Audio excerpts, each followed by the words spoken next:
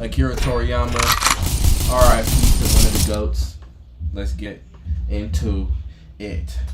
The Moro Arc starts after the events of Dragon Ball Super Broly. Though we don't see those events in the manga, just assume it's basically the same as the movie. Goku and Vegeta are training and talking about never fighting together again, and doing all the other flirting you'd expect them to. Vegeta asks about Ultra Instinct, but Goku says he hasn't been able to use it a single time since the Tournament of Power. Their date gets interrupted by a call from Mr. Satan. Boo is being kidnapped, so he needs Goku and Vegeta's help. Goku tells Vegeta he'll teleport them both over, but Vegeta acts like a tsundere and says that he'll just fly there himself. Goku arrives first and handles the kidnappers. Vegeta gets there shortly after, but lets Goku handle it. One of the kidnappers hears Mr. Satan say Goku and Vegeta's names. He seemingly knows who they are and proceeds to effortlessly speed blitz both of them, defeating them both with a stun gun. He tells the others to take Goku and Vegeta as well, so with that, the kidnappers leave Earth. When the Saiyans wake up, they see Jocko and find out the kidnappers are actually the Galactic Patrol. The one who knocked out Goku and Vegeta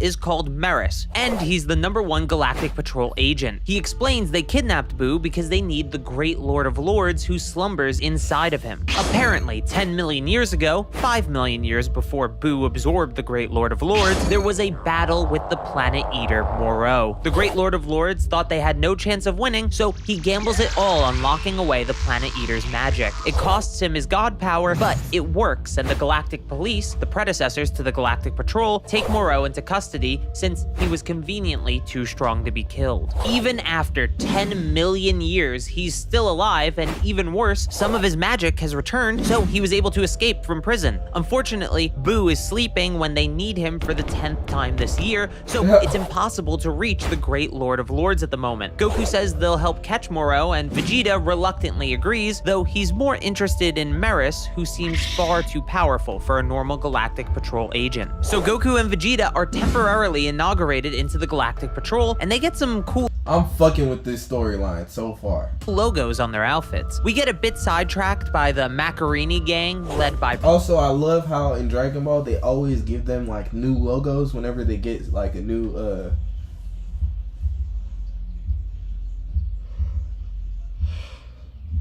He doing some new shit. Pasta, who stole a train transporting an explosive material. It somehow feels like filler in a manga. The most important thing here is that this confirms to Vegeta that Maris is just far too fast and powerful to be an ordinary Galactic Patrol officer. Once they return to the Galactic Patrol HQ, they find Moro's location. Goku begins to sense in the direction he's headed, but Moro can tell that Goku is searching for him. Even scarier, Moro's ki feels like the screams of a lot of people. Since he's a Planet Eater, his power is literally a mass of slaughtered souls, which is kinda edgy, but not too edgy, so it's pretty cool.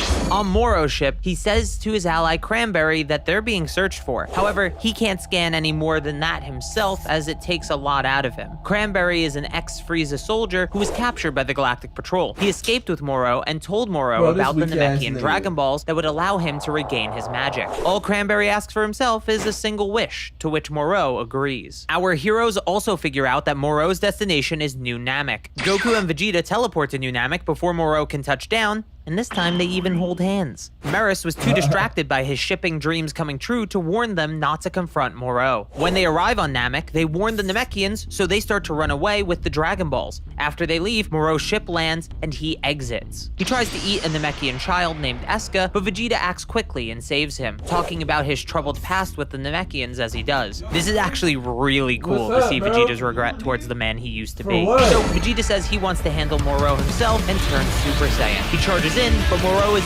easily able to handle Super Saiyan Vegeta, so Vegeta turns Super Saiyan God. Now it's starting to look like Vegeta will win, but Moro still has more power to show himself, in the form of his magic. Goku mentions that they know he eats life energy, and Moro compliments them for not being entirely ignorant. Then, as Moro lifts his hands, energy begins to spew outward from New Namek. Moro explains that instead of just eating the planet's life energy, he can manipulate it into the form of attacks. Vegeta tries his best, but after finding out that this attack costs Moro no stamina, he says he can't win. He asks Moro what his goals are, and after some convincing, Moro reveals that he's after the Dragon Balls, and he wants to use them to regain his former strength. And that's all Vegeta needed to hear. He calls Moro rotten scum that's worth killing for sure. Vegeta quickly turns Super Saiyan Blue and begins to easily beat Moro. Everything is going well until Goku starts to notice something is wrong. Moro forms a huge ball with Namek's life energy. Vegeta says it's useless, but Moro doesn't use it to attack.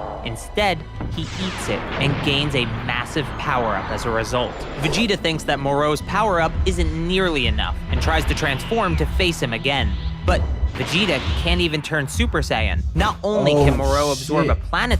He's taking that nigga's... Oh, shit. This nigga basically taking spirit bombs and eating them. Unwanted though. They don't even gotta put their hands in the air. That's wicked. Energy, but he takes energy from the life forms on the planet as well. Goku jumps in to help Vegeta, but neither of them have enough energy to handle Moro now. Goku feels bad for the Namekians, but he knows they can't stay there, so he grabs Vegeta to teleport away. But Goku doesn't even have enough ki for instant transmission, which I think is a first for the series. With no escape, Moro grabs the two Saiyans and takes a large portion of their life energy. The Planet Eater is shocked to find their energy restored his body to a far more youthful state. With Vegeta and Goku handled, Moro and Cranberry begin to hunt the Dragon Balls. Back at the Galactic Patrol HQ, Buu has finally woken up, and they received a report that Goku and Vegeta's life signatures were detected on New Namek. They were actually saved by Eska and Elder Mori, though they were unconscious for 3 whole days. Luckily for them, Moro is taking his sweet time collecting the Dragon Balls because plot, I guess? So he only has 3 Dragon Balls as of now. The Namekians have a plan though. Their greatest warriors started assimilating in order to defend their world. Dozens of Namekians merge into one, and the resulting warrior flies directly at Moro. But without even looking at him, Moro impales the Namekians' greatest savior, easily killing him. Vegeta realizes that Moro is using the villages to find the Dragon Balls, but right as he figures that out, Moro learns to sense the Dragon Balls directly, because plot. I mean because his magic, of course. So, hiding the final Dragon Ball just isn't an option anymore. Goku and Vegeta sense Moro approaching, and even on the brink of death themselves, they power up to face him one final time, knowing they'll likely die. But before they can, another ship shows up behind Moro's, and on top of it is Meris. He shoots down Moro's ship, and he uses a net specifically designed to trap Moro. It still won't hold the Planet Eater for long though, so their true plan begins, and Buu is dropped from the ship as well. Not only that, the Galactic Patrol were able to bring out the memories of the great Lord of Lords. Moro and Buu begin to get angry at each other as they reminisce. Moro breaks out of the netting, and their battle begins. With the memories of the great Lord of Lords and Buu's unique physical abilities, it seems like he can actually win this. Even Moro's energy absorption doesn't work, and it seems like Buu got a power-up from having the memories awakened. Meris tells him to steal away Moro's magic, but as he begins to, the sky turns dark.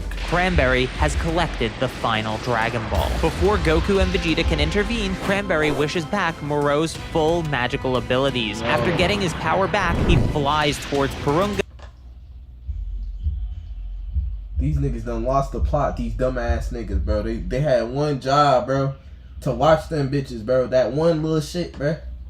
This shit remind me of, like, nigga, why do the Namekians always gotta go through some shit, though? Like, these niggas always going through some shit, bro. These niggas can't just live a regular life, bro. I'm tired of this. This gotta be with some type of racism. Real shit, though. Real shit, though. Shit gotta change, man. And kills Cranberry. Moro wanted a second wish after all, and since Cranberry used the first one to heal himself, that left nothing for the ex-Frieza soldier. To be fair, he does eat people's souls, so he's not the most trustworthy guy. When Goku and Vegeta finally catch him, Moro has already made his wishes, but he's hiding what the second one was. He then tells them that he has no need to fight anymore and runs away, suppressing his ki as he does. Buu and Meris catch up with them, and Buu quickly heals everyone that's still alive. Meanwhile, Moro begins to eat the entirety of planet Namek. After healing everyone, Boo's face changes to the Great Lord of Lords face. He says he'll swap places with Boo until Moro is defeated. With that, Goku, Vegeta, and the Great Lord of Lords teleport to Moro for the final confrontation. Moro uses illusions to buy himself time while he absorbs the energy of Namek from outer space, a place where Vegeta and Goku can't reach him. So the Great Lord of Lords goes on his own. It's immediately clear though that Moro is stronger than the Great Lord of Lords, so the weird abilities of Boo don't matter anymore. The Great Lord of Lords threatens to steal Moro's magic, but Moro calls his bluff, saying he doesn't have the god power required to unleash that ability anymore. As Moro beats him down, there's a memory that appears to the Lord of Lords. It's the end of the Boo saga where Goku kills Kid Boo, and now the Great Lord of Lords understands that Kid Boo had his god powers. Moro saw the memories as well, and now he's even more confident that no one can challenge him. Meanwhile, Meris asks Goku and Vegeta if they're sure they're stronger than Moro, and Vegeta says, magic aside, yes. Meris then puts on a spacesuit and says he'll get Moro back to planet Namek so they can fight him. With the help of the Great Lord of Lords, Meris is able to distract Moro and teleport him back to Namek. Goku and Vegeta teleport over as well and confront Moro again, but this time at full power. Moro laughs at them for thinking they can win since they forgot about the second wish. It's revealed that Moro wished for every Galactic Patrol prisoner to be released. Side note, waiting a month on a massive cliffhanger only to find out he wished for prisoners to be released was super underwhelming. Yeah, remember, Jocko could handle most of these guys himself. Anyway, the prisoners arrive on Namek just in time to facilitate Moro's escape. He empowers an army of them to battle Goku and Vegeta, and while they're easily beaten even with the power-up, Moro is slowly draining Goku and Vegeta's energy along with Namek's. It eventually gets so bad that they can't transform at all. Meris and Jocko jump in to help the Saiyans and the Great Lord of Lords retreat. But when Goku is ready to teleport them all away, Vegeta goes on a rant about not liking weird techniques for some reason, and then goes off on his own. Goku and the others return to the Galactic Patrol HQ, and Vegeta steals Agent Iriko and his ship and tells him to go to Yardrat, the planet with all the weird techniques. I'm still down for most of what's happening to Vegeta. Ain't this where he learned to where nigga learned to do the instant transmit? This nigga finna make you mad. This arc, but it's tough to get behind how weird this juxtaposition feels, especially when the paneling frames his main motivation as Goku and not Moro. Anyway, a few days pass and the prisoners go on a rampage around the universe, specifically finding planets for Moro. So Namek's just destroyed. This is what I'm talking about. They gonna have to rebuild again.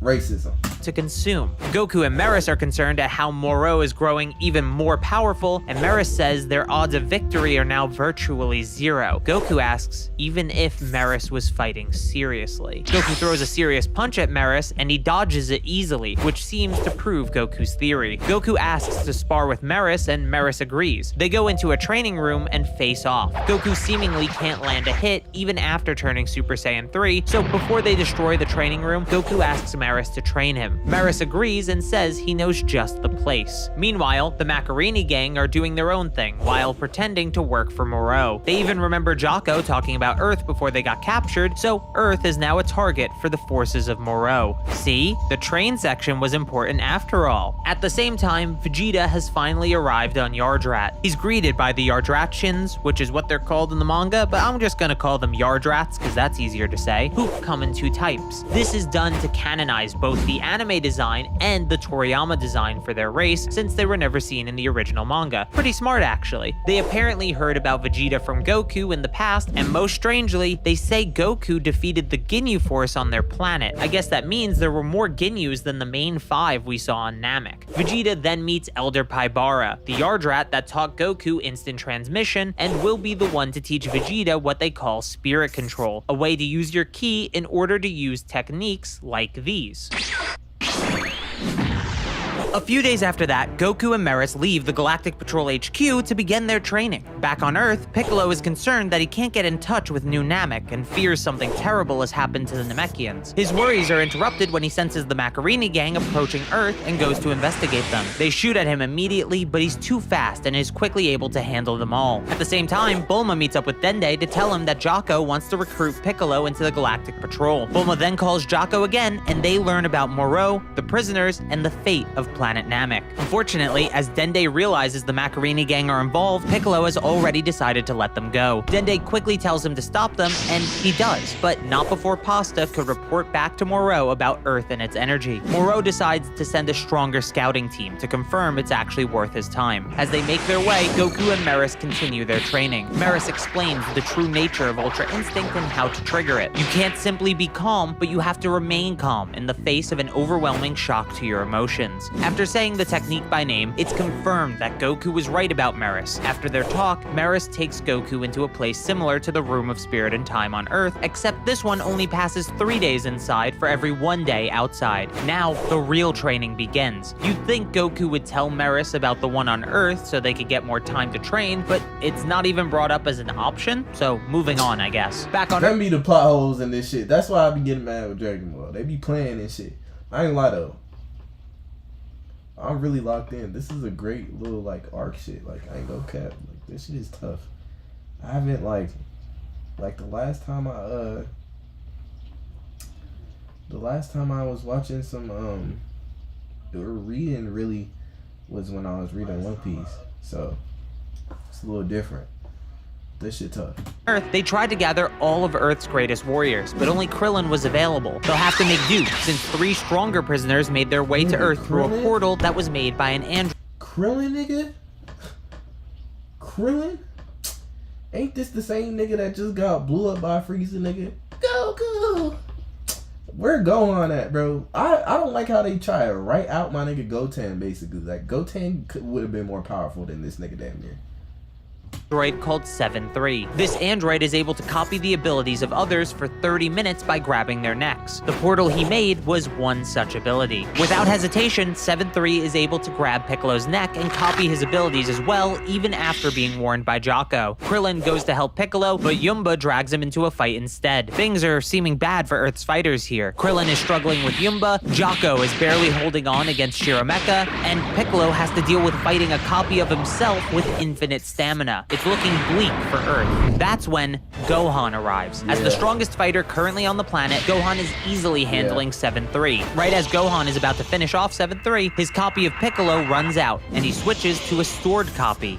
This one is Moro. With the ability to absorb energy, he only targets the 4 fighters in front of him, and now they have no chance of winning. As they begin to reach the brink of death, Piccolo tells the prisoners that even if they fall today, Goku and Vegeta will come back to Earth and finish them off. This intrigues Moro, since the idea of Goku and Vegeta returning to Earth stronger than ever could lead to the greatest meal in the universe. So he has 7-3 and the others retreat for now. They say they'll return to Earth in 20 Earth days, but Jocko is able to buy them more time. They have 2 months in total until Moro and the prisoners return to Earth. Meris is informed of the 2 months that they have, meaning they only have 6 months to train in the time chamber, so they get back to it immediately. However, they're being watched by Whis, who's visiting the Grand Priest. The Grand Priest explains that Meris is an angel in training. He was dispatched to Universe 7 in order for him to broaden his perspective. Angel law prohibits angels from acting in a biased manner, hence why they aren't allowed to truly fight and only train. Whis vouches for Meris, saying he hasn't broken any angel laws yet, and that he'll keep an eye on his younger brother. The Grand Priest agrees and wishes Whis luck, as he doesn't want to lose an angel. On Yardrat, Vegeta and Iriko have no contact with the Galactic Patrol, so they know nothing about what's happened on Earth. So Vegeta just continues his training without knowing the time limit Earth has. He's already managed to learn basic spirit control, so now it's time to learn the abilities of Yardrat. Paibara is about to teach him instant transmission, which is considered a basic technique, but then some of Moro's forces land on Yardrat. Vegeta goes to handle it, but his power has already grown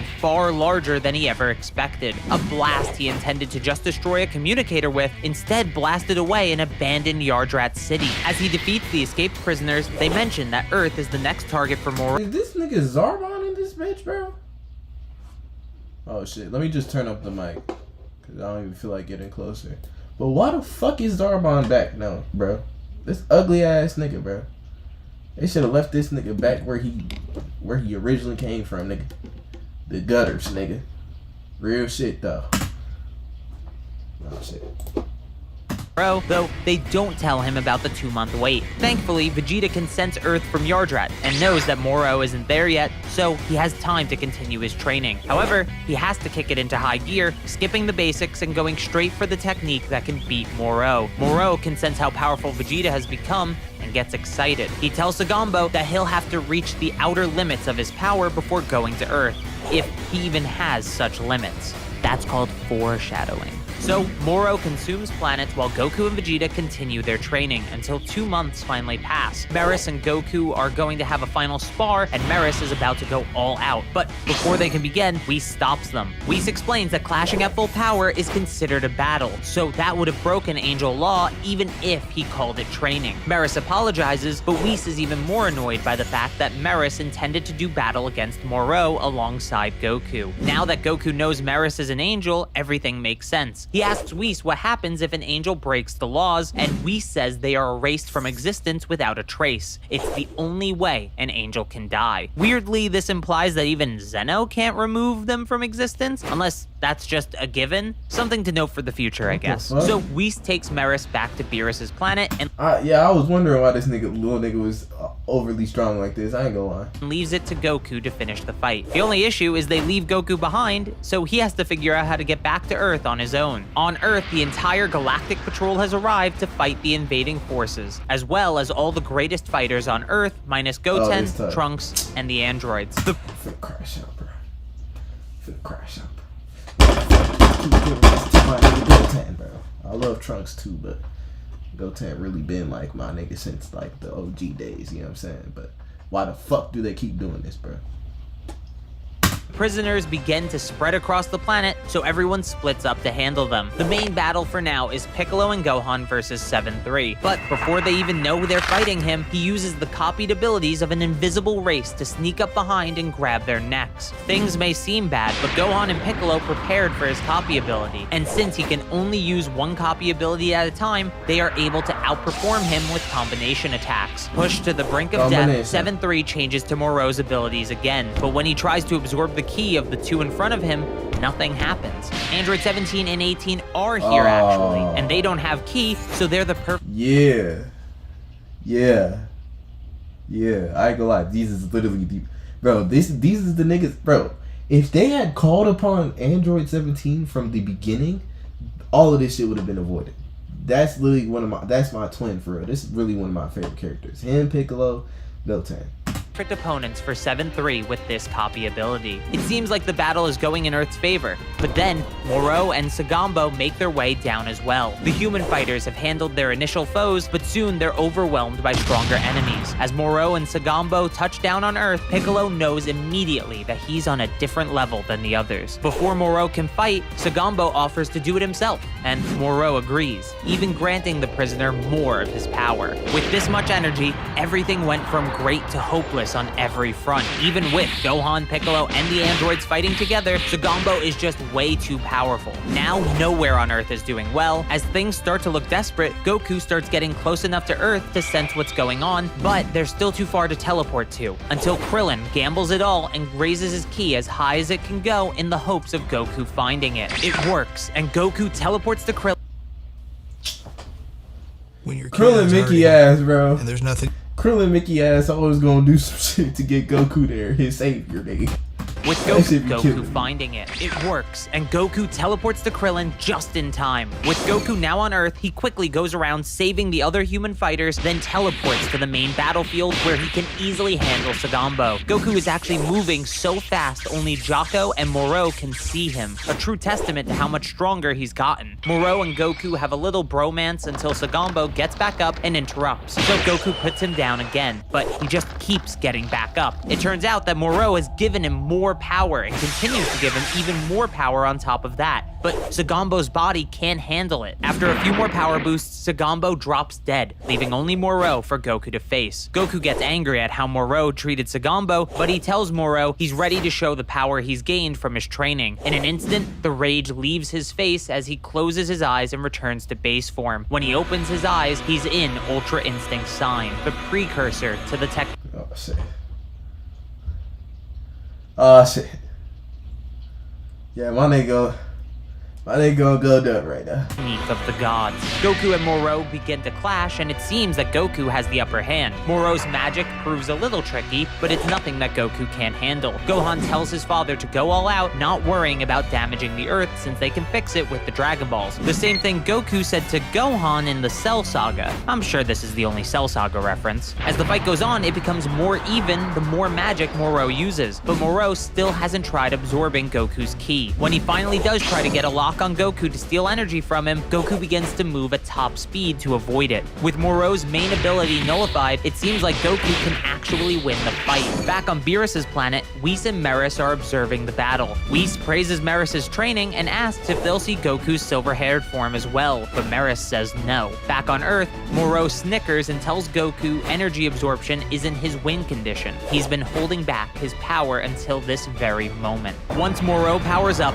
he's easily able to grab Goku and drain his ki. Moro even noticed that Goku can't maintain the form for extended battles. With Goku back in his base, it seems hopeless, but thankfully Goku still has more power left, and what Moro said made him even more confident he can win this fight if he attacks with everything he has. Now with both of them at full power, they're back to a virtually even fight. Meris and Whis aren't sure if Goku's strategy is the best, but Moro is stronger than Goku and Meris predicted, so he doesn't have a choice but to gamble it all on this. Back on Yardrat, Vegeta has finally mastered the technique he needs to beat Moro. He asks Paibara to be teleported to Earth, but Yardrats are forbidden from teleporting off their planet, and even if they could, they can't teleport somewhere they've never been before. This is weird because Goku never met anyone on New Namek, nor has he been there before, but I guess the explanation of looking for key signatures like Piccolo's is good enough? I don't know. This tension is pretty forced. Anyway, even if these arbitrary rules weren't in place, Paibara can't sense Goku because he's using God Ki. So Vegeta just asks to be taught instant transmission since he needs to get to Earth as soon as I knew you was gonna pull this shit, bruh.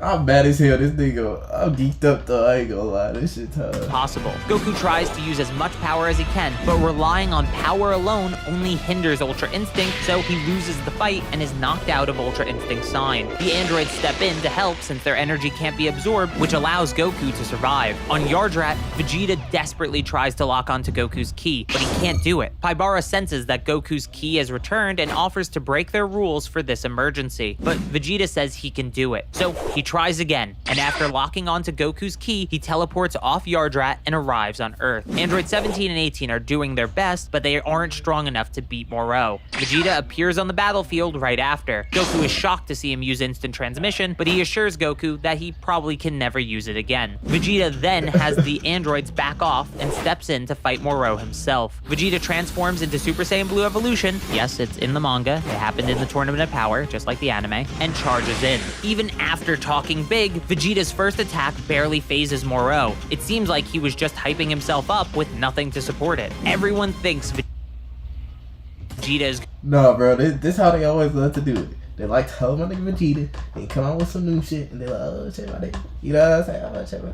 Yeah, so it's just gonna be that. Going crazy since he clearly can't win, but don't worry, Piccolo assures everyone that Vegeta has never been one to misread an opponent's strength. This may be the last ad you... Yeah, we not gonna do that, Piccolo. Like, this nigga ain't let, who he let transform that one time? Was it Cell? That's just too funny. Anyways, as Vegeta continues to fight, it becomes clear that And he got his ass whooped by Frieza, too.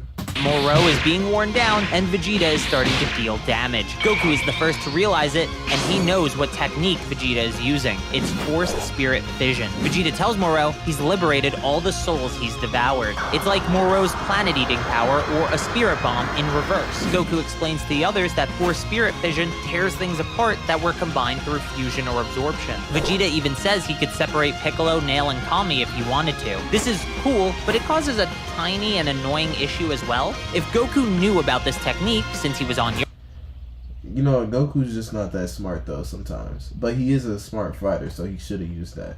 Yardrat, wouldn't he think it useful to learn after facing beings like Cell or Boo, who literally absorb people? It would have been much better if him knowing about the technique just wasn't included, I think. Anyway, Yeah. Vegeta is flirting with Goku instead of focusing on the battle like the tsundere that he is, until Moro jumps back into the fight. There's still nothing he can do, and Moro's body begins to return to its old state. At this rate, he'll die from old age rather than the fight at hand. As the energy returns to the planets they were stolen from, some will be restored, but those who were dead for too long will sadly remain dead. New Namek is a case where people did get revived despite being dead for over 2 months. Eska thinks it's the Dragon Balls protecting them, and I'm not gonna complain about this, but it is weird. All this weird stuff, by the way, has been happening in one chapter. I don't know what was going on this month. Piccolo rambles about how Vegeta has become a better person and how Goku hasn't changed since day one, something I vehemently disagree with, though it isn't worth getting into here. Then Moro and Vegeta talk about going to hell, and Vegeta calls himself a villain, something that hasn't really been the case since the Buu Saga. Again, this is still the same chapter, so the weird choices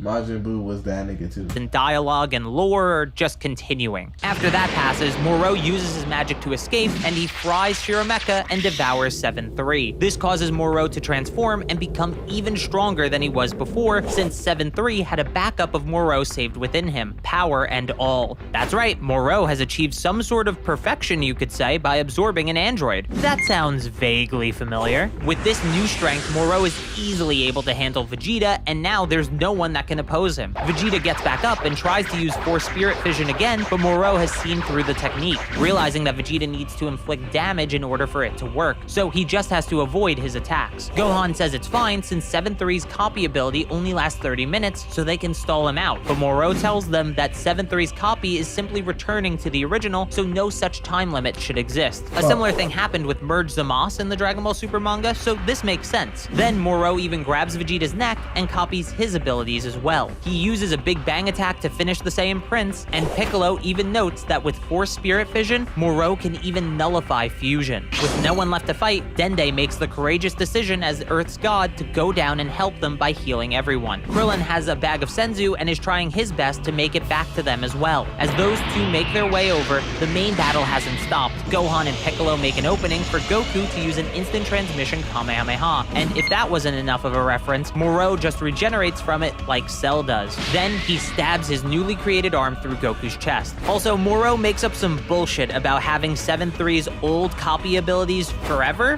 Why?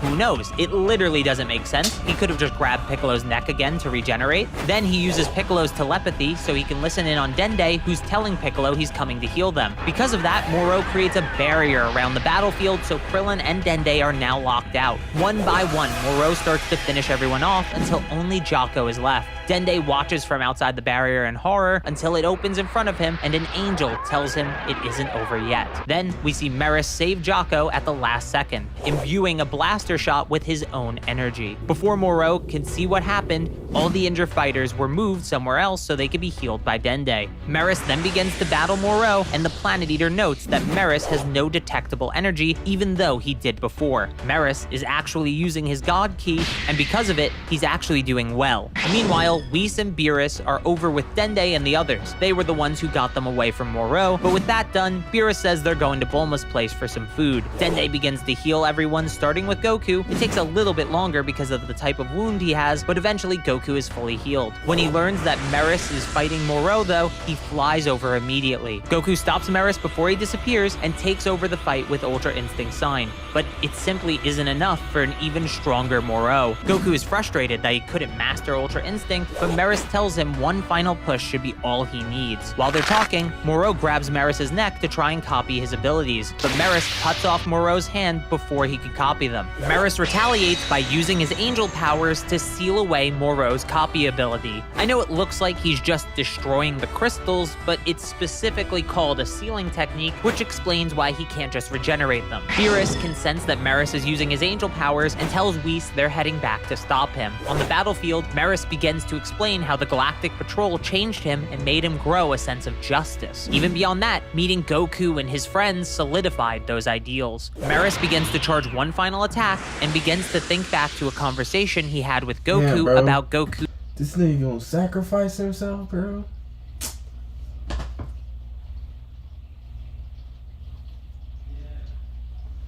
Fuck with Who's Meris, constant bro. heroics. Goku did Nigga, not. They done put me through so many emotions in this little shit, bro. I done went from nigga not knowing about this nigga to thinking he one of the realest niggas in this bitch. How can they do this? I'm genuinely hurt. Any heroism and talks as if it's all selfish desire that just happens to work out in the end. Again, I disagree with this being in the original manga, as he often did things for others first, then himself if it works out that way, but that's a video for a different day. Moro tries to stop Maris with a large energy ball, but Maris flies straight through it and seals away the final crystal. With that attack, Maris gives Goku parting words of encouragement and asks him to protect the universe he's come to love. A menacing aura engulfs Goku as rage begins to boil within him. His emotions begin to swell as he talks about how Maris fought for the sake of the entire universe. But with a deep breath, he calms himself down. He asks Jocko why he joined the Galactic Patrol, and Jocko tells him to preserve peace in the galaxy. And the outfits were cool. Goku is happy that his main reason is the same as Maris, and he says that since he's in the Galactic Patrol as well, protecting the universe is his job too. Moro gets back up, and Goku tells him he'll carry out Maris's will and beat him. Then, his power begins to flare up. A giant aura engulfs the battlefield before dissipating to reveal Goku with silver hair. Just to recap, a character introduced in this arc died to the main villain and left words of encouragement leading to a transformation. I'll let you figure out what that's a parallel to. The power of Ultra Instinct has a strange calmness to it, and it instinctively terrifies Moro. Any attack Moro tries just can't hit Goku, and every attack of Goku's lands stronger than ever before. Moro powers up to full in hopes of closing the gap, but Goku is simply too far ahead. Goku lands a powerful punch that sends shockwaves across the entire Earth, and there's just no way for Moro to even begin to fight back.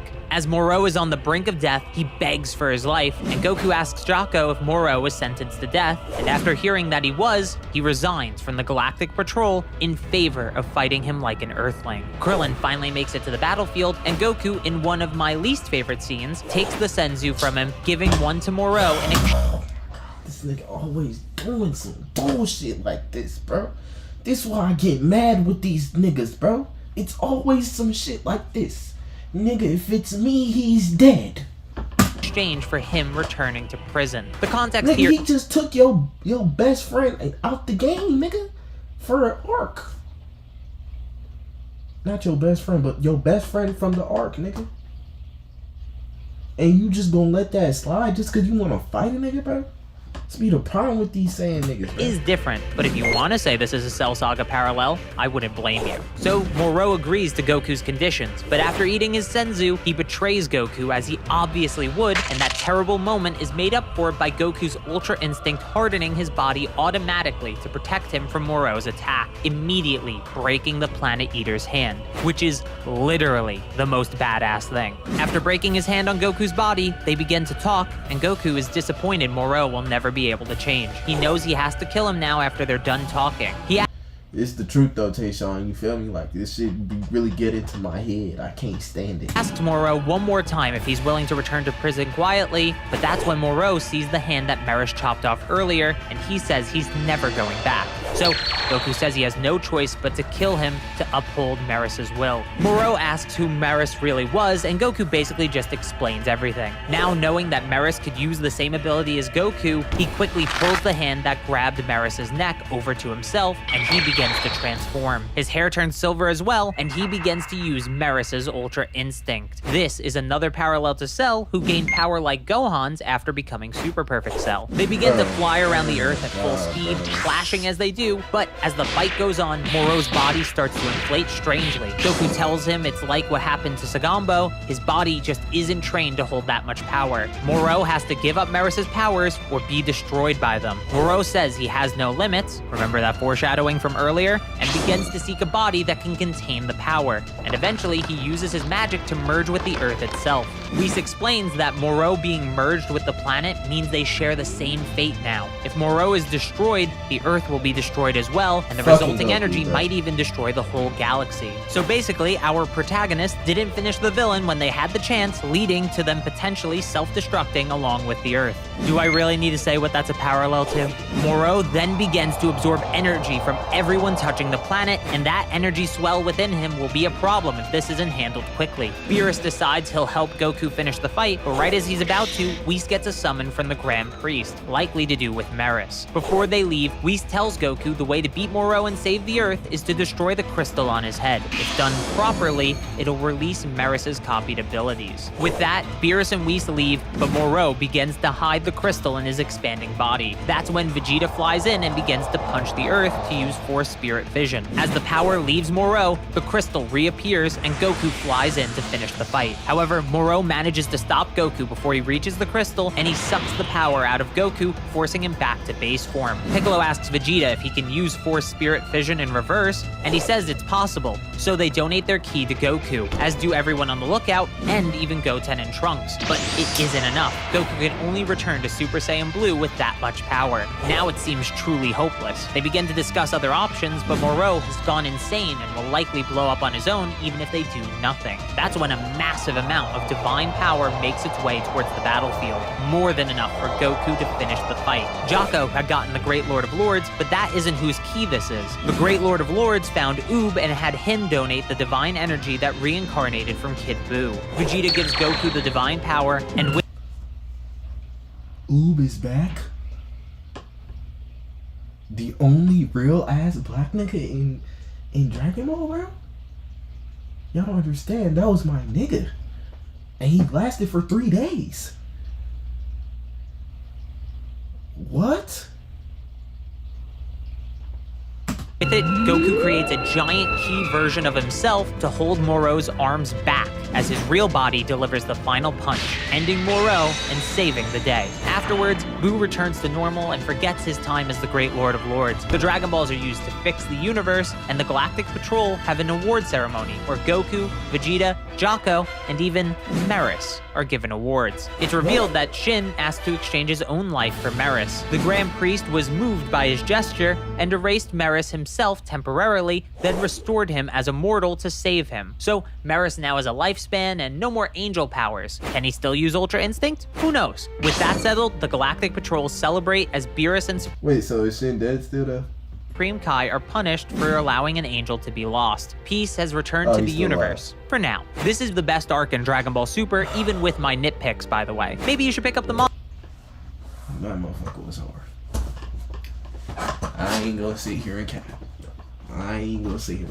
That motherfucker was hard. That shit brought me some energy. Like, I damn near want to watch this other one right now. The Granolah Arc starts right after the Moro Arc. The head of the android 7-3 survived the death of Moro and is taken from Earth by the original owners of the android. The data in OG 7-3 is copied to the other OG units, meaning they've gained all the capabilities of the one our heroes fought on Earth. Bad news, because this guy wants to rule the universe. Even worse... Granolah? I can't remember, but I don't think it's him. I gotta restart. I'm not paying attention.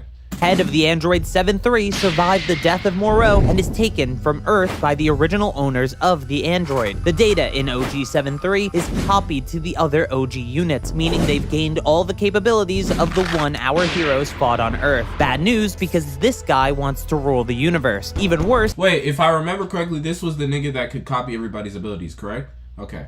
Or no, but he was actually at first the nigga that had the magical powers. Then he ended up taking that nigga's powers. I'm thinking. An intruder Tayshawn, fact check me. is trying to steal 7-3 again. This is Granolah. He has an AI companion named Oatmeal, and they're trying to take OG 7-3. They make their way through all of the soldiers and even other OG models until they find 7-3 being regenerated in a tank.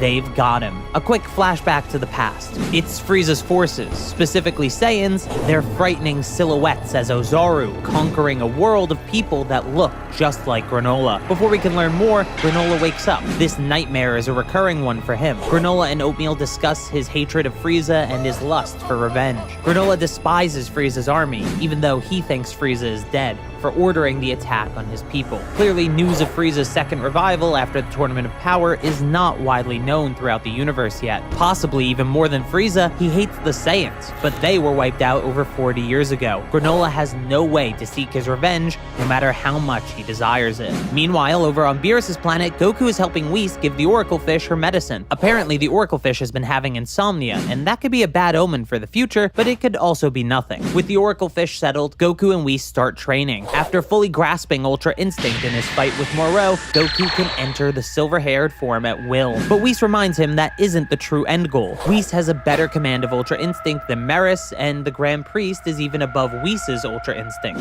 Goku must refine his Ultra Instinct, but he can't do it by simply copying Whis' fighting style. Beerus asks Vegeta if he'll try to master Ultra Instinct as well, but Vegeta says it doesn't suit him. Beerus lets Vegeta know that Ultra Instinct isn't the only technique of the gods, and that the gods of destruction wouldn't run around with their hearts and minds all tranquil. Anyway, here's a panel of Beerus using Ultra Instinct in the manga against the other gods of destruction. Seems pretty useful to me, at least. Vegeta asks to be taught the technique, but Beerus says he doesn't train people. He is about to exercise to wake himself up though, so if Vegeta wants to watch and steal some things for himself, he's free to do so. I'm very happy that Vegeta is still doing his own thing, by the way. The various paths of power in the series, especially after Dragon Ball Super Superhero, have been really refreshing. Okay, nigga.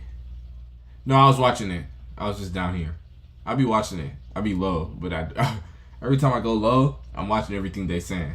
Actually. Back to Granolah, he's bringing OG-73 to a group called the Heaters. Another bounty hunter, Soshiru, tries to get in on Granolah's haul.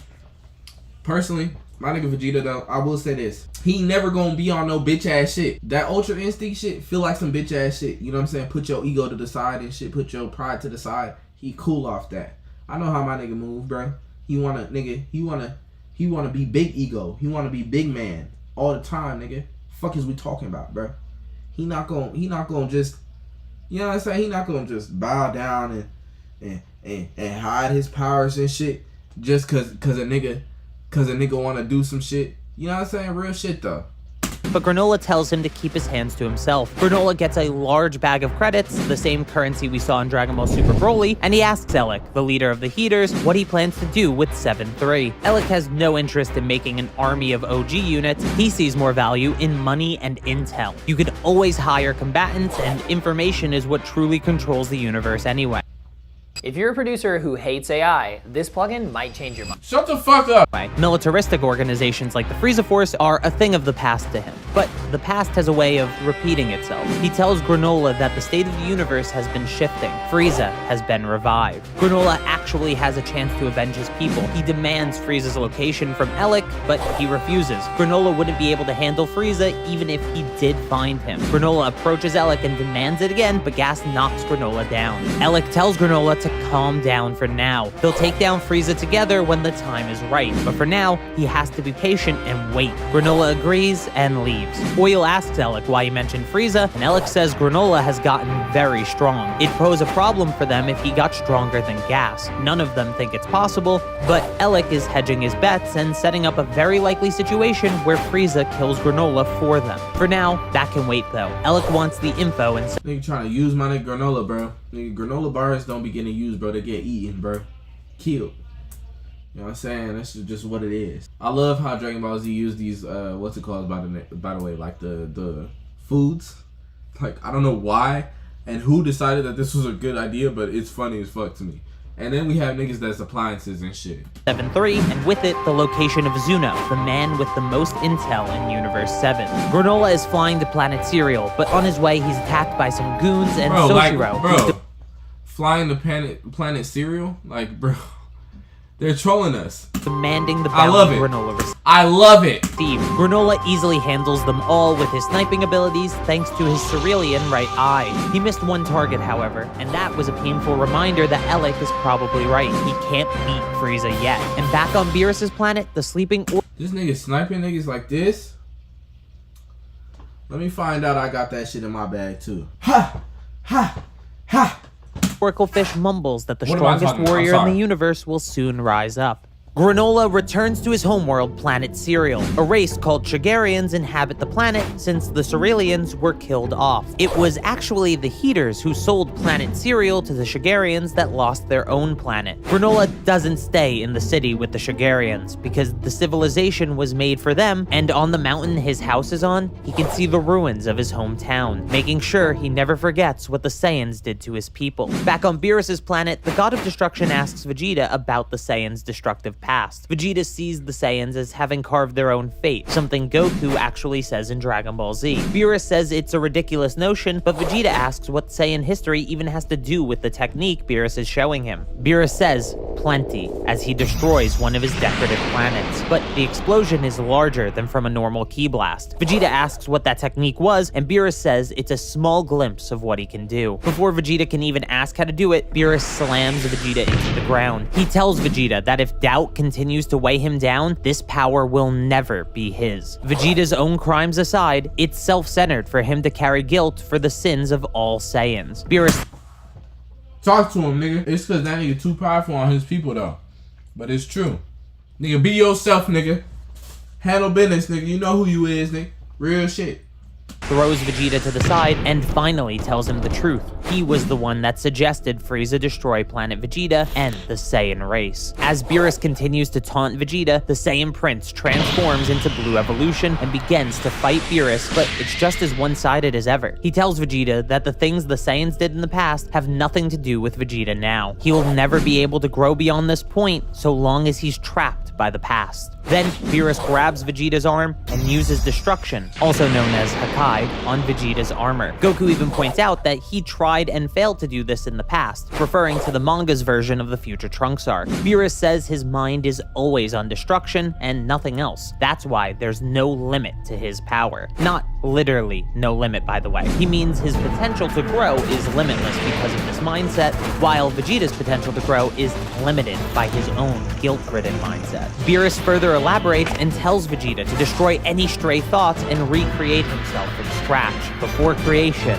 comes destruction. Back at the Heater's base, they've finally gotten Zuno's location out of 7-3, but they also see the prisoners being released from the Galactic Patrol prison. Elec asks how it happened, and he learns about Moro, and more importantly, the Dragon Balls. Now Elec knows how to get any wish granted, and even worse, he knows the Namekians created the Dragon Balls. But Gas says something even more surprising. Namekians used to live on planet Cereal with the Cerealians. It turns out Granolah actually Let me find out something I ain't know. They're dropping history bombs on niggas and shit now. What this mean? He lives with an elderly Namekian named Monaito. Granolah tells Monaito about Frieza's revival and how he wants to be the one to take him down, but Monaito says Granolah doesn't have the power to beat Frieza. Granolah says he may have to resort to that, looking to a Dragon Ball in their home. Monaito says the Dragon Balls aren't for revenge, but it doesn't matter anyway, since they need the other one to make a wish, and it's been lost for nearly 40 years. If you haven't noticed, Monaito's Dragon Balls are a set of 2 instead of the standard 7. Then we jump to planet Namek, where we learn a bit of Namekian history. This is more lore than story, but the important points are the size and quantity of Dragon Balls depends on who made them. They were originally ritualistic, something brave warriors would seek out to collect in times of great suffering, and we even learn it's possible Namekians live on other planets in the universe outside of just Earth, New Namek, and maybe even beyond planet Cereal as well. Since this is a huge lore drop, so brace yourself, the Namekians apparently moved to this universe from another realm altogether.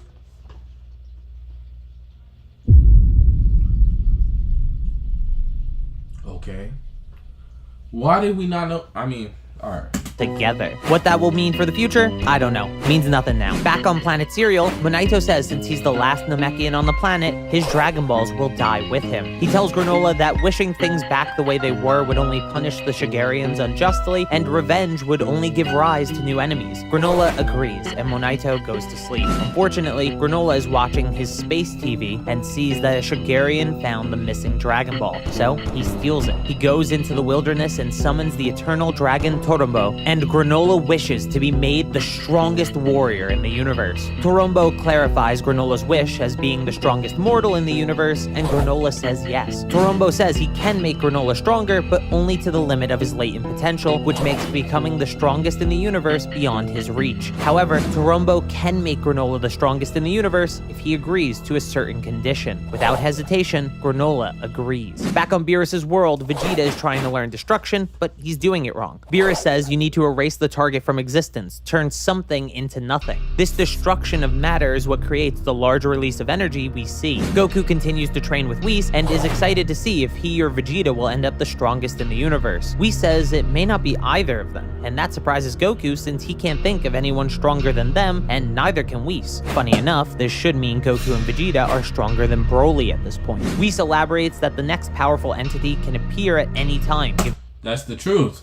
That's the truth. In the scope of the universe. The Oracle Fish repeats her prophecy once more, and Vegeta finally manages to use destruction correctly on a pebble. Back on planet Cereal, the Dragon Balls disperse and Granolah's hair has grown long. He lifts a large boulder with ki and destroys it. While not explicitly stated, this is heavily implied to be something similar to destruction. Monaito hears the blast and runs to him. He once again warns Granolah that new enemies will rise up, but Granolah says he can defeat any enemy now that he's the strongest in the universe. Monaito snaps back and says that he's the strongest today, but there's no knowing what tomorrow will bring. Granolah ignores him and begins to search nearby worlds for Frieza's presence. This is seemingly Yardrat spirit control in action as shown in the Moro Arc. Monaito tries to stop Granolah, but he leaves to go get Frieza's location from Ellen. Granolah arrives at the Heater's base and demands Frieza's location, saying that he's now the strongest in the universe. But Oil and Maki just aren't enough. Gas is about to jump in, but Elec says they've seen enough. He can tell Granolah has gotten stronger, but he needs to know how. Granolah tells him it was the Dragon Balls. This confirms Elec's suspicions of Dragon Balls being on planet Cereal. Probably not the smartest thing for Granolah to do. Elec tells Granolah he doesn't know Frieza's exact location yet, but he'll get it soon. Granolah says to make it quick, he doesn't have long to live. We find out that in exchange for this power, he gave up 150 years of his lifespan, leaving him with only 3 years left to live. After that, Granolah leaves, and Elec explains his plans to the others. They want to take control of Frieza's army, not wipe it out. To protect their interests, Granolah has to die, and to do that, he'll use Goku and Vegeta. Back on Beerus's planet, Whis explains to Goku that angels are able to use Ultra Instinct at all times, while Goku needs to transform to do so. The ultimate goal is to use Ultra Instinct naturally in base form and save the silver-haired form's power as a last resort for when he needs to surpass his limits. Meanwhile, Granolah returns to planet Cereal, and the Heaters make their way to Zuno, but Elec and Gas stay back. Gas wishes he could have fought Granolah. Also, what I'm loving about this shit is that they're like starting to like give these niggas universal powers, but it's like every time I think my nigga Piccolo got stronger, bro, they leave him in the dust, bro. Fuck. Why are we here again, bro? Why are we here again? We need a Piccolo arc where he be training with these niggas, bro. Why is it only these niggas that are allowed to train with them, bro? He's the strongest Namekian a lot, like across the boards, bro. Give this nigga a chance, bro. I get he ore farm and shit, but I don't care, bro. Niggas ore farm every day, bro. But Elec says his moment to fight has yet to come. Gas is the only Heater with the potential to surpass Frieza. On Zuno's planet, Maki and Oil get answers to 10 questions. I'm sure we'll find out what they were, right? On Beerus's planet, Goku and Vegeta refine their techniques. Whis receives a call from Bulma. Maki and Oil are on Earth in search of Goku and Vegeta. They want to have the two of them fight a villain for them. An obvious ploy to us, but it works, especially. Imagine being able to build an app with your name on it, just by thinking about it.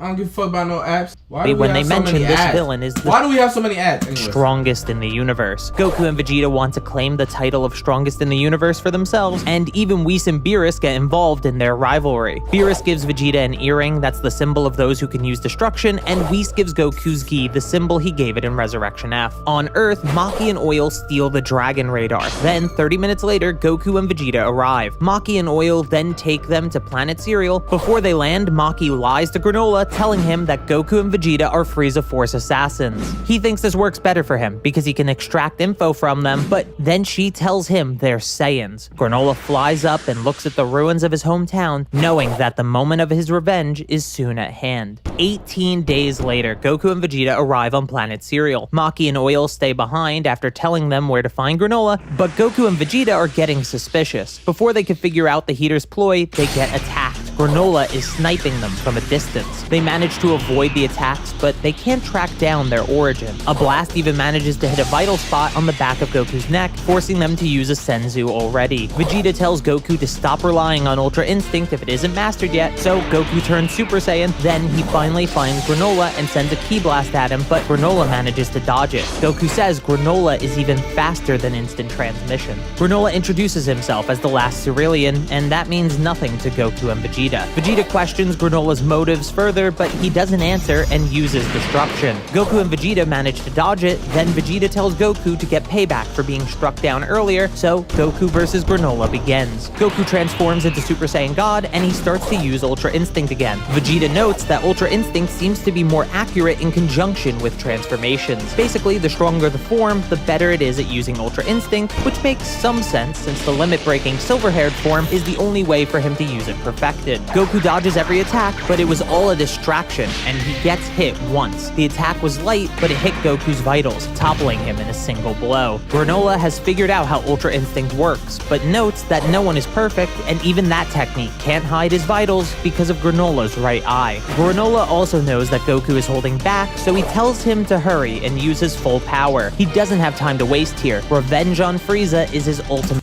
This nigga trolling him, bro. And one thing I noticed about this nigga Goku, he just love to transform. Alright, I'll show you the strongest shit I got, nigga.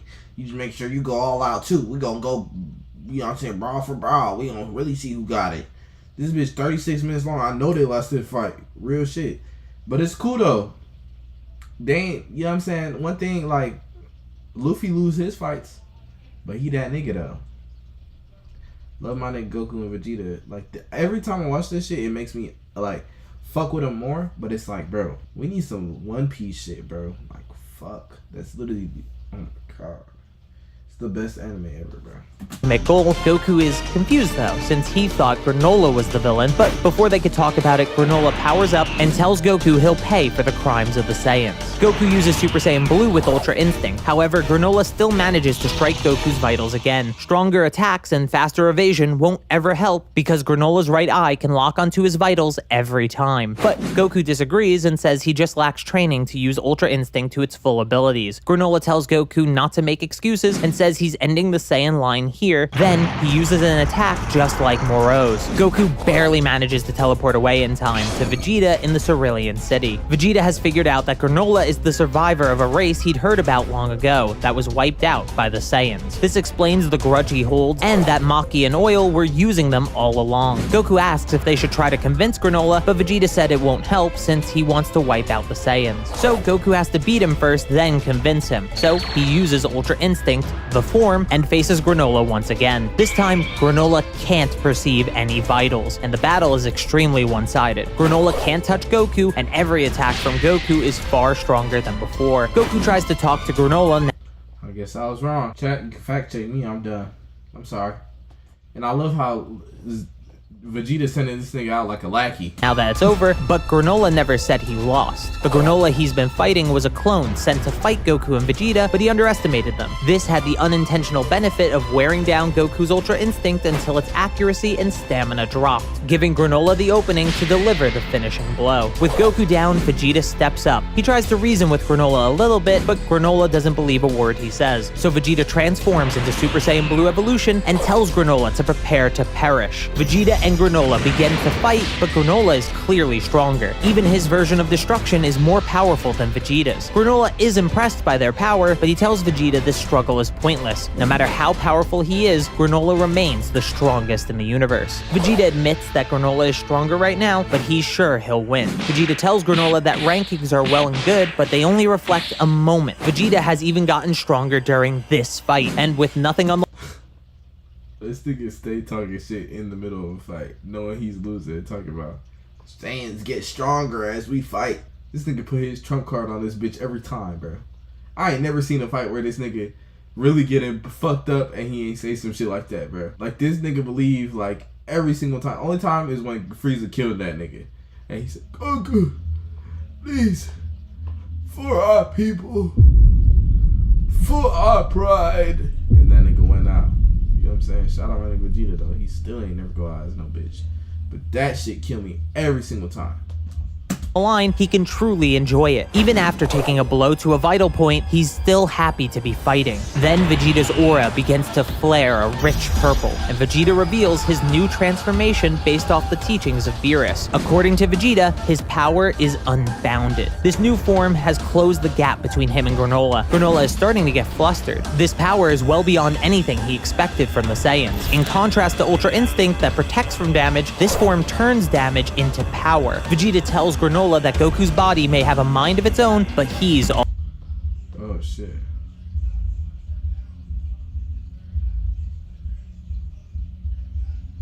Oh no, I was wrong.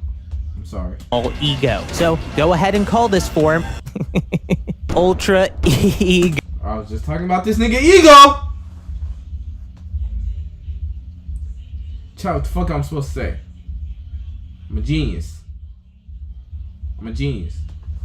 Go. Listen, the form is cool, alright? But the name is a little goofy. Granolah can't believe a grunt under Frieza is this powerful. I actually fuck with that name, Ultra Ego, because that's what this nigga Vegeta tells Granolah that the Saiyans were also a victim of Frieza's tyranny, but Granolah refuses to believe him. So Vegeta continues to fight Granolah. Oatmeal tries to talk reason to Granolah as well, but he doesn't want to hear it. He rips off his headpiece that holds Oatmeal and throws it to the side. He thinks as the strongest, he doesn't need support from anyone. Granolah tells Vegeta he isn't the only one who grows stronger while he fights. Even worse, the damage Vegeta has taken is starting to accumulate. He even needs to dodge some attacks now because he's starting to lose consciousness mid-combat. As the dust of the battle clears, there's something hidden. Oh, that's for you. Consider subscribing if you haven't yet. Also charges an attack that'll destroy charging an attack while concealed. Once Vegeta sees it, he also charges an attack that'll destroy anything it touches. As Vegeta's attack makes its way to Granolah, his left eye turns red.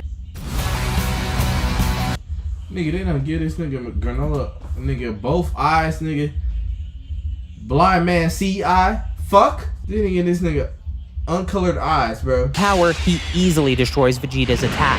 Vegeta drew out power from Granolah in the same way Granolah did for him. Now Granolah is winning again, and eventually even Ultra Ego fades. Just as it looks like Vegeta is about to die, Goku flies in and knocks Granolah away. Goku says to Vegeta he'll take over for now, but Vegeta kicks Goku away. Vegeta says that with nothing to protect, he won't agree to fight side by side with him. Goku asks Vegeta about protecting his own life, but he says death is better than teaming up with Goku. Granolah tries to strike Vegeta dead while he's off guard, but Goku manages to knock Vegeta out of the way in time. Granolah asks how Goku reacted in time, and Goku says he has a read on the way Granolah targets vitals, so it won't work on him anymore. Granolah tries to hit Goku's vitals again, but it just doesn't work like it did before. Goku explains that by shifting his body slightly, he doesn't avoid the whole attack, but he can move his vitals out of harm's way. Granolah says that a defensive strategy will never surpass him, and Goku agrees. After a short fight, Goku gets knocked to base form, and Vegeta approaches Goku, saying he's tagging in. He politely asks Goku to let him do this alone. Goku agrees and tells Vegeta to try not to die. Bro, look at this nigga, bro. Do you see that walk? This nigga a menace. Head down like this. I got it. I got it, Goku. Let me handle this nigga. What are you talking about? I would have been like, nah, bro. We gotta team up and beat this nigga, bro. That's the only way. You know, a nigga like me, I gotta think with a head on. I'm saying, this nigga talking crazy. Shit. Vegeta got it. With a concerned look. Vegeta asks Granolah if his life has no meaning beyond revenge, to which Granolah doesn't answer. That was enough for Vegeta. He transforms into Ultra Ego again, and the two begin to battle. The fight takes the two into a Shigarian city, and Granolah begs they don't do this here, but Vegeta doesn't listen and uses it to his advantage. Granolah knocks Vegeta down and blasts him at point-blank range. Granolah drops down, exhausted, but then a wall breaks, and he sees a terrified mother and child reminding him of his own past. Vegeta tells Granolah he thinks Granolah's grudges are well-deserved and he can't object to Granolah destroying him. But he warns Granolah that's just history repeating itself. The Cerealians were never like the Saiyans. Granolah says the Saiyans took everything from them, and he'll never move past that. In a final gambit, Granolah uses his remaining life force to charge an attack that'll kill both him and Vegeta. Vegeta apologizes to Beerus. The powers of the gods of destruction were beyond him. He accepts this fate for the Saiyans. Goku runs to stop them, and at the same time, Monaito flies in Granolah's ship with oatmeal. Monaito gets Granolah's attention, and Goku is able to knock him down, stopping the death of both Granolah and Vegeta. Monaito steps out of the ship, and both Goku and Vegeta are surprised to see a Namekian. Granolah is furious his revenge has been interrupted, but Monaito says he had lied to Granolah. There was one Saiyan that didn't earn his vengeance, the one that saved them 40 years ago, Bardock. Now, I have my own thoughts about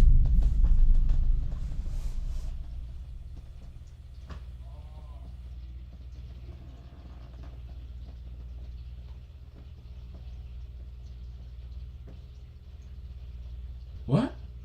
Bardock? I don't even want to open the soundboard for this shit. I'm shocked. I'm genuinely shocked.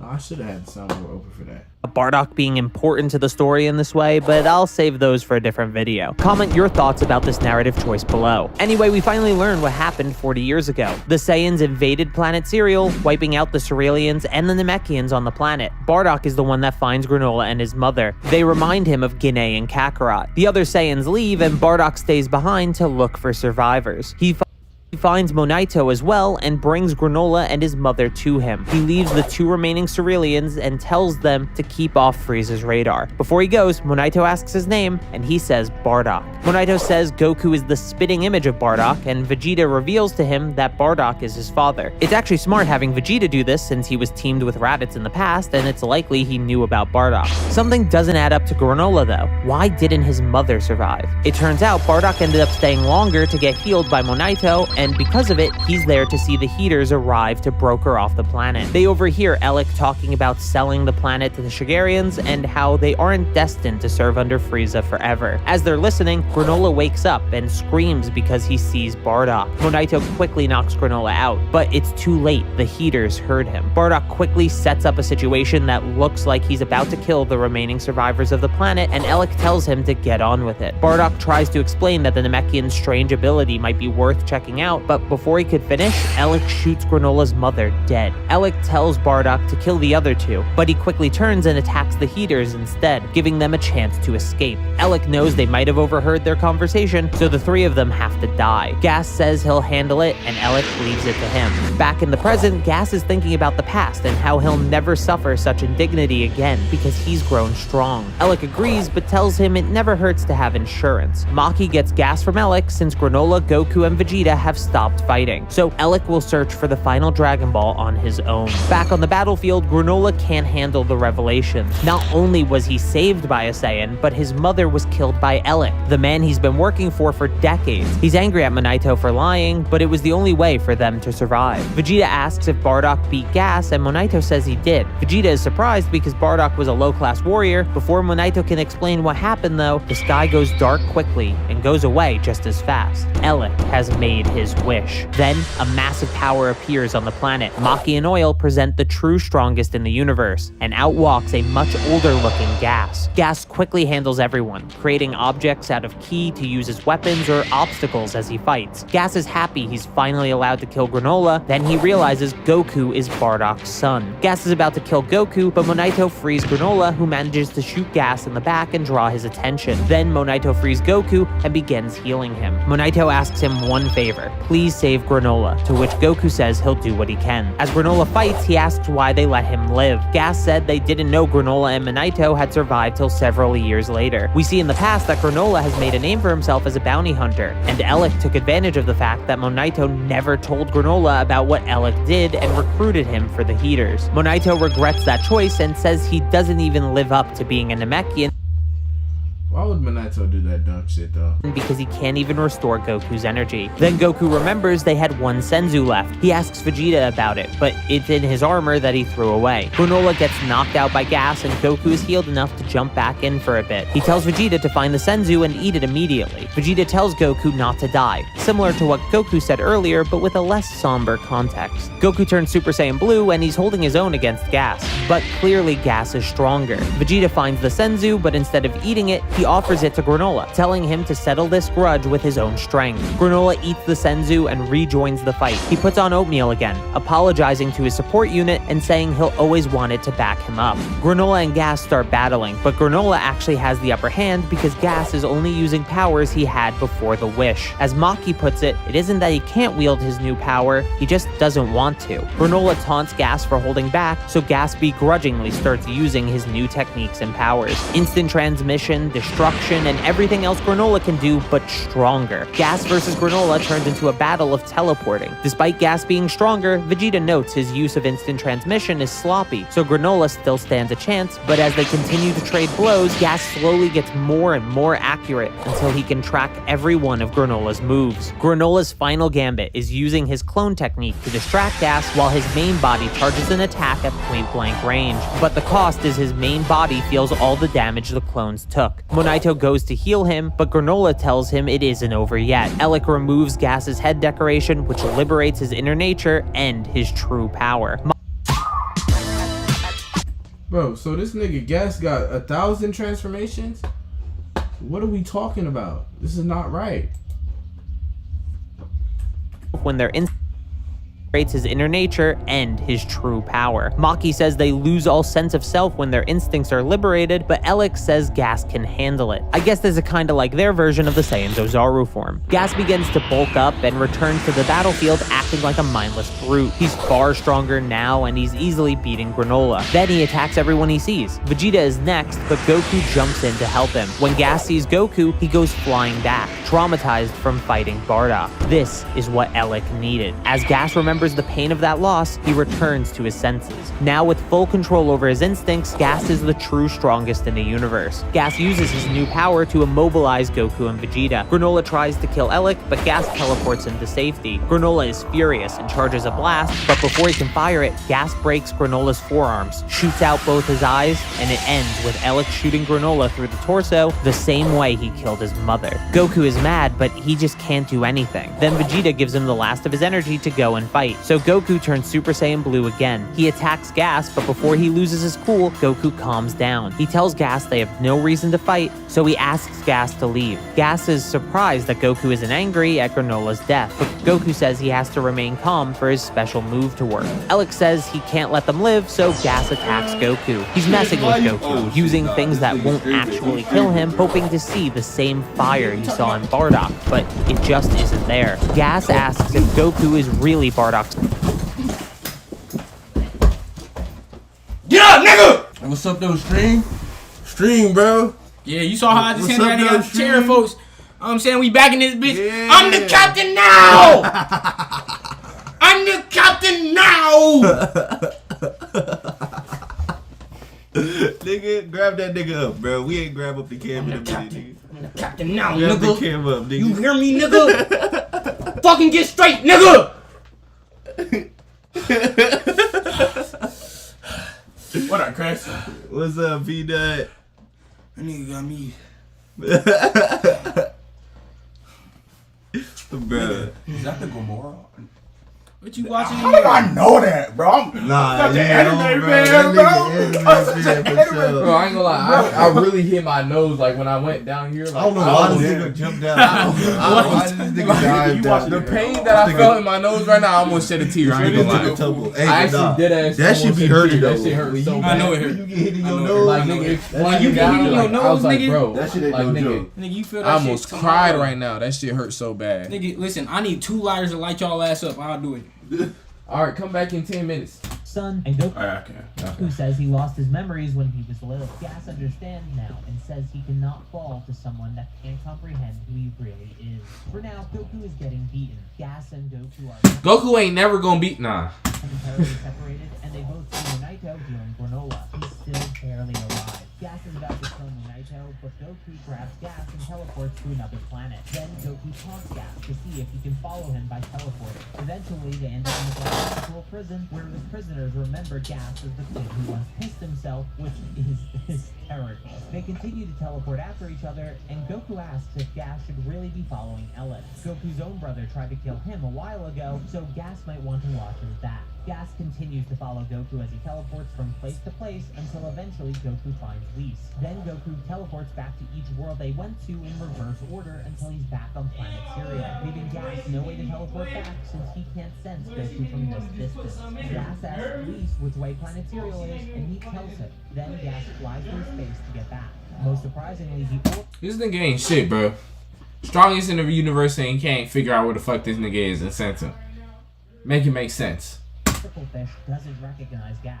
He's clearly not the prophesized strongest in the universe. Back on planet Serial, the remaining Heaters know they can't beat Goku, so they back off for now. He's planted a communicator on Goku, and he calls him to tell him that Gas will be there in 20 Earth minutes. Whis then reminds Goku he has to discover his own version of Ultra Instinct. He must listen to the voice within himself and find out what he really is. That's when Monaito gives Goku Bardock's scouter. There's saved audio on it, and with a little help from Oatmeal, they get it to Booking.com has all kinds of states because a city can tell. Damn, my head.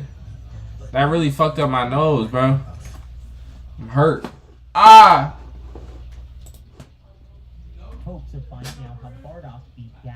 A voice echoes from the scouter. It's Bardock telling Monaito and Granolah they have to stay alive, and this triggers Goku to regain his memories. In the past, we see the battle between Gas and Bardock. Bardock is stronger than Gas expected, but Gas isn't taking any damage from Bardock's attacks. Monaito tells Bardock to run and let them accept their fate, but Gas says that wouldn't matter because the Saiyans aren't fated to last much longer anyway. This actually solves an issue with modern Dragon Ball. How did Bardock figure out Frieza's plan so easily? With this extra piece of information, it all makes a lot more sense now. The two continue to fight, and Gas unleashes a bit of his true nature. At the same time, Monaito collects the Dragon Balls. He tries to teleport Bardock back to planet Vegeta, but Bardock refuses, just like Goku did after the Frieza Saga. Monaito asks what Bardock wants, and he asks that his sons grow up well. We don't see what Monaito specifically says to Torombo, so take that as you will. I don't like this wish very much if it was actually made. Gas lands Bardock Right.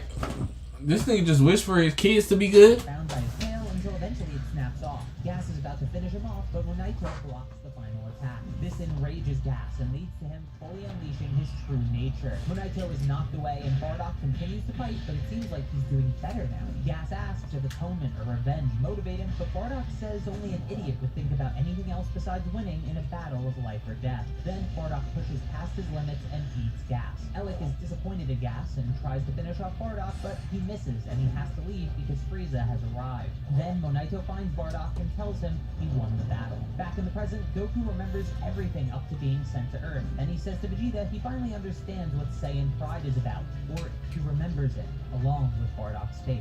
Do babies have pride? I don't know, it seems weird. Anyway, Vegeta says he also lost sight of his pride by being caught up in his guilt. This pride is described by Goku as having total faith in your own power. Monaito says that people's pride isn't about atoning for sins or getting revenge, it's all about accepting your nature and sticking to your convictions. Monaito offers to heal up Goku and Vegeta. He even makes them new clothes, but they're Bardock's clothes. They both ask for their normal outfits instead. Gas arrives back on planet 2. I done same shit, that weak ass ugly ass shit. Ain't shit no more, you feel me? Back in the day, that shit was tough. You throw that on in Xenoverse, you know what I'm saying? You might have a nice little fit going. But nowadays, it ain't shit, you feel me? Me, I was taking it when Goku had that little shit where he had the one, and then he was like he had like the, I want to say it was like the Kai's, you know what I'm saying? They fits, you know, the Supreme Kai fit with the little one shit right here.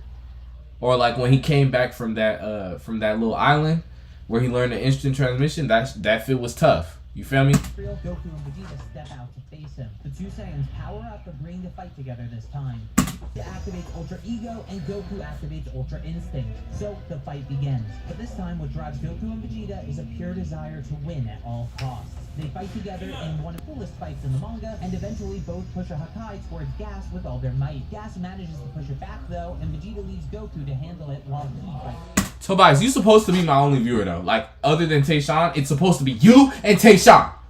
Fuck! I'm sorry. Wait. But this time, what drives Goku and Vegeta is a pure desire to win at all costs. They fight together in one of the coolest fights in the manga, and eventually both push a Hakai towards Gas with all their might. Gas manages to push it back though, and Vegeta leaves Goku to handle it while he fights Gas. Goku manages to deflect the attack, then returns to help Vegeta, but Vegeta's doing better now that he's taken damage. Gas and Vegeta continue to exchange blows, but Gas downs Vegeta. The way to beat Ultra Ego is obvious. Kill him in one blow and be done with it. Goku is about to jump in, but then Vegeta delivers a devastating punch while he thanks Gas for the prime fuel. Vegeta tells Goku to stay back. His Ultra Ego continues to evolve. My God. This nigga is so tough, bro. Jesus. When did this nigga learn this shit, bro? But Goku's Ultra Instinct is no different than before. Vegeta tells Goku to figure it out fast, and until he does, Gas is his. So Goku begins to meditate and contemplates his own Ultra Instinct while Vegeta continues to struggle against Gas. It seems like Vegeta is finally down for good, and gets up and rushes Gas again, screaming that he is no longer bound by limits. Gas is terrified, but just before the attack lands, Damn, who got hit? Through the chair. Big dick in the building. Vegeta an equally stupid death, but Goku puts a barrier around Vegeta and moves him out of harm's way. Then Gas targets Goku, but Goku you got an extra shot on your hand? Somehow. Luckily, Goku has figured it out. He uses Ultra Instinct signs since he can utilize his emotions and Ultra Instinct together. Hey, I've been good though, Tobias. You feel me? I've been chilling. I've been working hard and shit on all fronts. Rather than separating the two, the look on Goku's face reminds Gas of Bardock and terrifies him. Gas and Goku battle, Yo. clear that Goku is winning. Goku says he's just barely stronger than Gas now, but he doesn't have long, so he needs to finish this quickly. The fighting style Goku uses is very much like Beast, but instead more like Goku, and even if it's Saiyan in some cases. How you been though, Tobias? Desperately uses his weapons, but they're no use. Goku uses the wrecking ball Gas made against him, but only as a distraction before landing a powerful kick. Alec makes his way to Gas and yells at him that he needs his powerful Frieza. The Saiyans were only a stepping stone. Goku tells Alec not to force Gas to fight, and they can fight again in the future, but Alec says there won't be a next time for Gas. Then Gas arises in a blinding aura. He seems far more old and frail than before. Gas says his new power is burning away every cell in his body to fuel it, keeping him the strongest in the universe. Goku doesn't stack up to this power at all. As Goku and Gas clash, it's clear Goku will lose, but he continues to try until a blast separates the two. It's Granolah. He's back up again. He tells Goku to wager everything on his strength, to which Goku agrees. Goku will keep Gas busy until Granolah can charge up the winning attack. Goku is quickly knocked down again, but he manages to put a barrier around Granolah. Gas knocks Goku out, but then Vegeta knocks Gas away and tells Granolah to hurry up. Maki and Oil try to help Gas, but the Nitro just knocks them out with hypnosis. Now Granolah is finally ready, but can't fire a blast that powerful this close to the ground.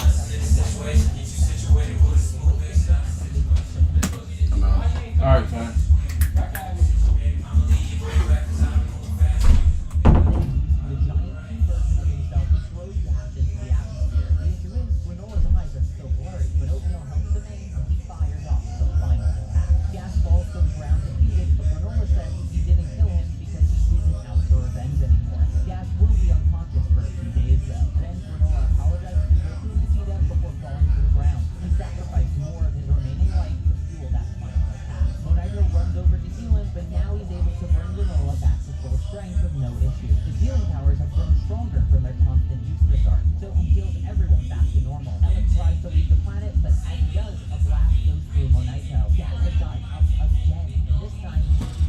Bro.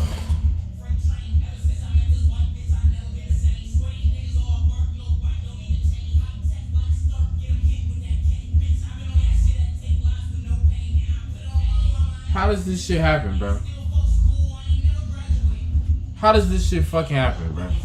Alright, I'll turn it up, bro. This shit is just kind of blowing me. How the fuck does this shit happen, bro? More decrepit than ever, he mocks Granola's mercy, and Goku and Vegeta charge in, but Gas tosses them around like they're nothing, and even broken bones.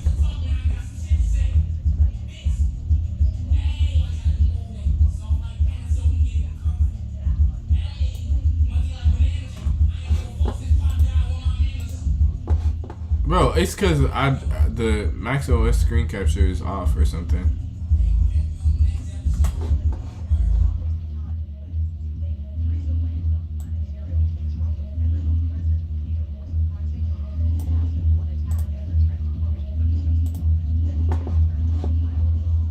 Frieza crushes his skull. Frieza demands Ellic's reason for summoning him, but Ellic lies and says their wires got crossed. However, Frieza knows the truth. Ellic hoped to have Gas kill him, and he even knew— Bro, how the fuck is this nigga killing niggas in one blow, bro?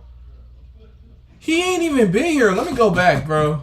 Ellic is excited. Gas will be the strongest in the universe until the moment he dies. He sacrificed that much. I'm saying this. Late night at Nick, folks, that's what you is. This nigga telling me late night me. Dude, don't fucking nuggy me ever again, nigga. I'll get angry.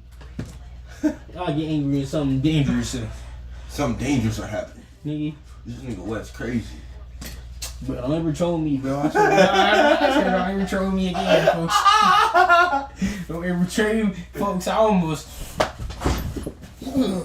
That's what I almost did to you. Bro, no. You heard me? And he even knew about Ellic's ambitions for the last 40 years. Frieza just chose to keep the Heaters around for his own benefit. He tells Ellic there's nothing he doesn't know, like the fact that Ellic is the weakest of the Heaters. Then, Frieza kills him. Goku and Vegeta ask how Frieza is so strong when Gas wished to be the strongest in the universe, but Frieza says he must not have counted since he was in a different dimension. He found a room of spirit and time on a world he conquered and used it to get 10 years of training. That training culminated as Black Frieza, the form he momentarily changed into to This some shit I would've done. kill Gas. Goku turns into Ultra Instinct Sonic, or what fans call True Ultra Instinct, and Vegeta uses Ultra Ego. But Frieza charges in and beats them both with one punch before leaving them to wallow. He chooses not to kill them, just because, so Frieza leaves, and with no other option, Maki and Oil join him as waitstaff. Goku and Vegeta head to Monaito and Granolah to see if the old Namekian will make it, but as they do, he's fully healed by Whis, who just appeared on the planet. He did it as a special favor for a friend of Goku. Whis tells Goku and Vegeta they need to return quickly to help Beerus make instant noodles. They ask if Granolah wants to join them, but he says he needs to fix planet cereal with the Dragon Balls. Then, Monaito will seal them away for good. So Vegeta gives him the radar that the Heaters stole, and Monaito gives Goku Bardock's scouter. So Whis, Goku, and Vegeta leave. Goku asks if Frieza was the strongest warrior mentioned by the Oracle Fish, but Whis gives a vague answer. It may be Frieza, or perhaps the strongest warrior emerged elsewhere, which makes Goku even more excited to return to his training.